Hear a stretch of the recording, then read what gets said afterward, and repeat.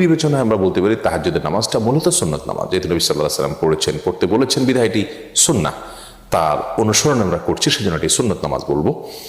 আবার ফরজের বাইরে এক্সট্রা সেই হিসাবে এটাকে নফল বলা যায়, কিন্তু নফল বলার চাইতে সুন্নাহ বলাটা অধিকতর আমাদের বুঝতে সুবিধা হয়, সেজন্য আমরা এটাকে সুন্নত নামাজ বলবো, কিন্তু নফল নিয়তে করলেও আদায় হয়ে যাবে ইনশাআল্লাহ বিইذনিল্লাহ। তাহাজ্জুদের নামাজ পড়ার পদ্ধতি কি? আমরা এটা নিয়ে অনেক ধোঁয়াশার মধ্যে থাকি। আমরা মনে করি যে প্রথম রাকাতে সুনির্দিষ্ট করে একটা সূরা এতবার পড়তে হবে, দ্বিতীয় রাকাতে অমুক সূরা এতবার পড়তে হবে। মূলত তাহাজ্জুদের নামাজ অন্য 10টা নামাজের মতো, এর বিশেষ কোনো নিয়ম নাই। তবে হ্যাঁ, নবী সাল্লাল্লাহু আলাইহি ওয়াসাল্লামের হাদিস রয়েছে, সালাতুল লাইলি ওয়ান নাহারি মাসনা মাসনা, রাত এবং দিনের এই নফল বা এক্সট্রা নামাজগুলো 2 রাকাত করে আদায় করতে হয়। বিধায় আমরা তাহাজ্জুদের সালাত 2 রাকাত করে আদায় করবো, এটাই হলো উত্তম।